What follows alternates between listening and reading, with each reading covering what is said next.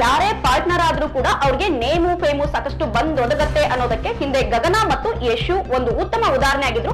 ಅದರ ಜೊತೆ ಸಾಲ್ನಲ್ಲೇ ಯಾರಿದ್ದಾರೆ ಅಂತಂದ್ರೆ ಕಾವ್ಯ ಆಡ್ಲಿ ಬಿಡ್ಲಿ ಮೊದಲನೇ ವಾರದಲ್ಲಿ ಕಾವ್ಯನ ಅಷ್ಟೊಂದು ಯಾರು ಮನೆ ಮಂದಿ ನೋಡಿರ್ಲಿಲ್ಲ, ಅಥವಾ ಉತ್ತಮವಾದ ಅವ್ರ ಆಟ ಆಡಿದ್ರೋ ಇಲ್ವೋ ಅದು ಗೊತ್ತಿಲ್ಲ. ಜೊತೆಗೆ ಅಲ್ಲಿ ಅವಳು ಫೇಮಸ್ ಆಗ್ತಿರೋದಕ್ಕೆ ಮುಖ್ಯ ಕಾರಣ ನೆಟ್ಟಿಗರು ಏನ್ ಹೇಳ್ತಾ ಇದ್ದಾರೆ ಅಂದ್ರೆ, ವೀಕ್ಷಕರು ಏನ್ ಹೇಳ್ತಾ ಇದ್ದಾರೆ ಅಂದ್ರೆ ಗಿಲ್ಲಿನೇ ಕಾರಣ.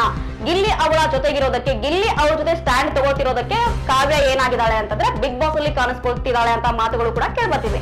ಏನೇ ಆಗ್ಲಿ ಕಾವ್ಯಗೆ ಯಾರು ಏನು ಅನ್ನೋ ಆಗಿಲ್ಲ, ಕಾವ್ಯನ ಜೊತೆ ಯಾರು ಏನೋ ಮಿಂಗಲ್ ಕೂಡ ಆಗೋ ಆಗಿಲ್ಲ, ಜೊತೆಗೆ ಕಾವ್ಯ ಯಾರನ್ನು ಕೂಡ ಮಾತಾಡ್ಸೋ ಆಗಿಲ್ಲ. ಗಿಲ್ಲಿಗೆ ಒಂಥರ ಕಳವಳ ಸ್ಟಾರ್ಟ್ ಆಗುತ್ತೆ, ಎಲ್ಲಿ ಕಾವ್ಯ ನನ್ನನ್ನ ಬಿಟ್ಟು ಹೊರಟೋಗ್ತಾಳೋ ಬೇರೆದವ್ರ ಜೊತೆ.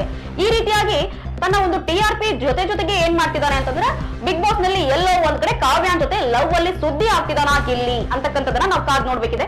ನಮ್ಮ ವಿಜಯವಾಹಿನಿ ನ್ಯೂಸ್ ಚಾನೆಲ್ನಲ್ಲಿ ಪ್ರಮೋಷನ್, ಜಾಹೀರಾತು, ಅಡ್ವರ್ಟೈಸ್ಮೆಂಟ್ ನೀಡಲು ಸಂಪರ್ಕಿಸಿ 9535808456.